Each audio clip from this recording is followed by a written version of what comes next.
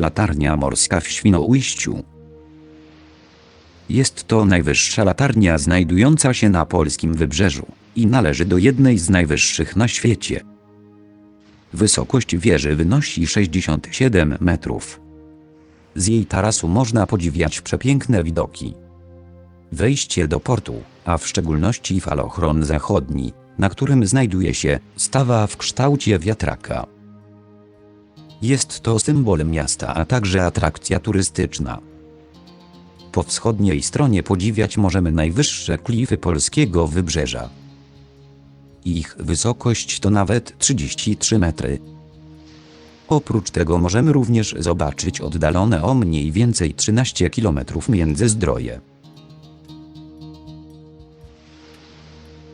Od strony południa rozpościera się widok na port pasażerski oraz jachtowy. A w oddali zobaczyć możemy zabudowania miasta. Na zachód od latarni, w odległości około 4,5 km, można przekroczyć granicę polsko-niemiecką.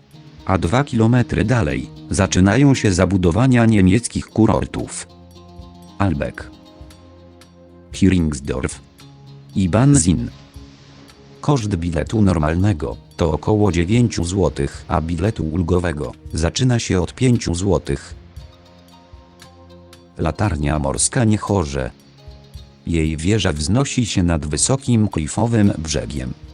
Latarnia mierzy sobie 45 metrów wysokości. Obiekt ten, jak i znajdujący się przy niej ogród, wpisany został do rejestru zabytków. Latarnia także pełni funkcję monitorowania statków w tej strefie przybrzeżnej. Koszt biletu normalnego to około 8 zł, a biletu ulgowego mieści się w granicach 5 zł.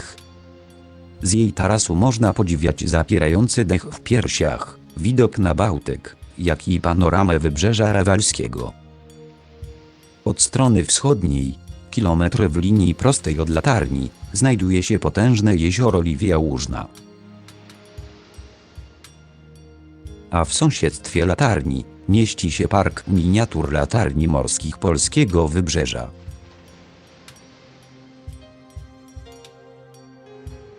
Latarnia morska Kołobrzeg. Kołobrzeska latarnia nie należy do najwyższych na polskim wybrzeżu. Jej wysokość to tylko 26 metrów i umiejscowiona jest tuż przy falochronie zachodnim. W jej wnętrzu znajduje się również Muzeum Minerałów. Jest to dodatkowa atrakcja tego obiektu. Ceny biletów na taras widokowy to około 8 zł bilet normalny i mniej więcej 6 zł bilet ulgowy.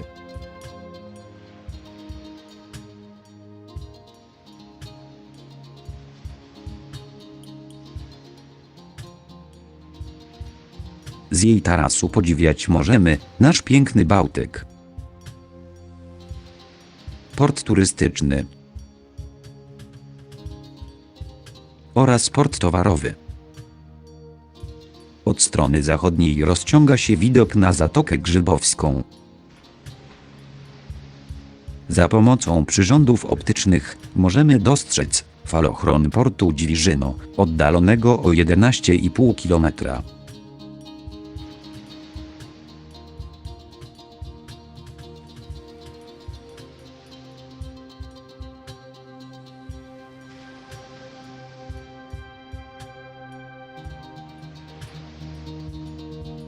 Od strony południowej roztacza się widok na dzielnicę portową, z widoczną w oddali charakterystyczną wieżą kołobrzeskiej bazyliki. Przy latarni roztacza się również plac z licznymi alejkami i ławkami. Od strony wschodniej zobaczyć możemy plażę, deptak z różnymi punktami gastronomicznymi.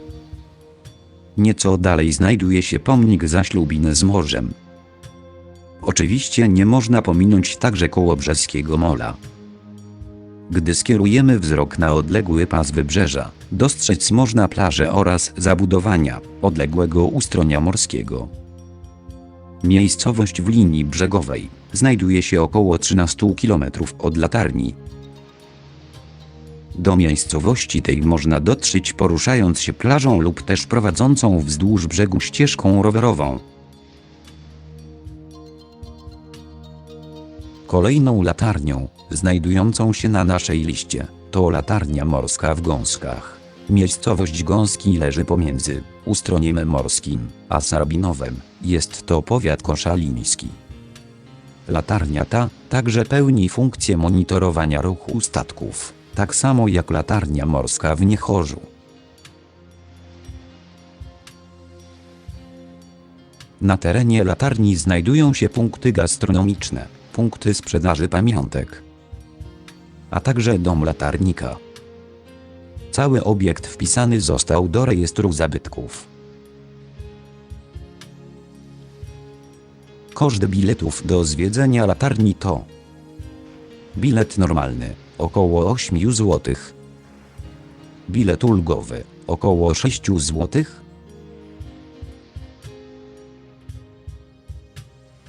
Obiekt ten znajduje się w odległości około 100 metrów od brzegu morza.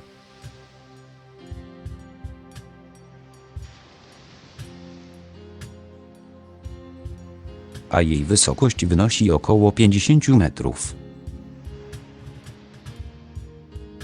Z tarasu latarni, od strony południowej, podziwiać możemy panoramę Wybrzeża Słowińskiego. Okolica ta, jak widać, posiada wiele domków letniskowych, przygotowanych na przyjazd i pobyt turystów.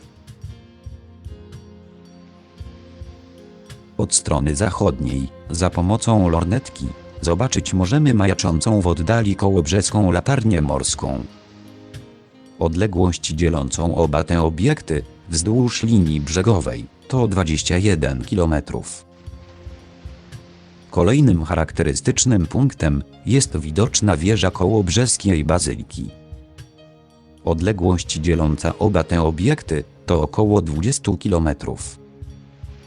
Patrząc z tarasu w kierunku północnym, popatrzeć możemy na nasze piękne morze.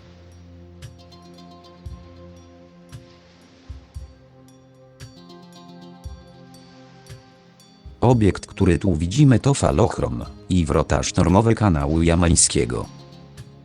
Jest to żelbetowa konstrukcja, która ma chronić przed niszczącym działaniem sztormów.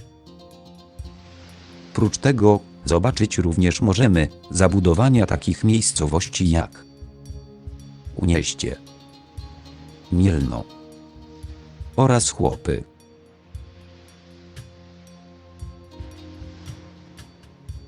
No i ostatnia latarnia naszej podróży to latarnia w Jarosławcu. Jarosławiec to niewielka miejscowość turystyczna, położona pomiędzy Ustką a Darłowem.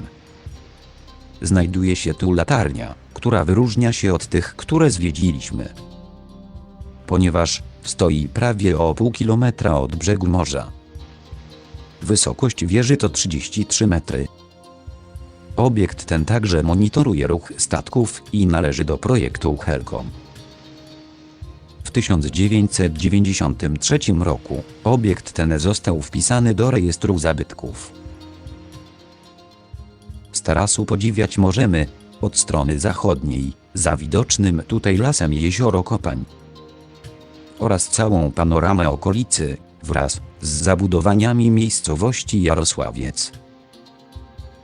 Cena biletów podobna jest jak w latarni Gąski. Bilet normalny około 8 zł i bilet ulgowy mniej więcej 6 zł. Od strony północy rozciąga się Bałtyk.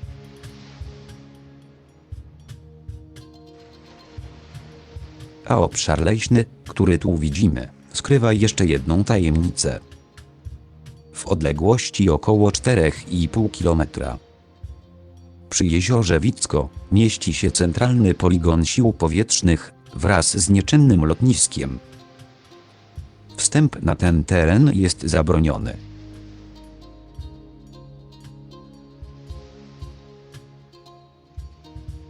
W miejscowości tej znajduje się najdłuższy na Wybrzeżu Środkowym klif o długości 2 km. Ich wysokość sięga miejscami nawet 24 metry. W sezonie letnim miejscowość oferuje, prócz noclegów, różne atrakcje. Na przykład Muzeum Bursztynu, motylarnia, a także aquapark.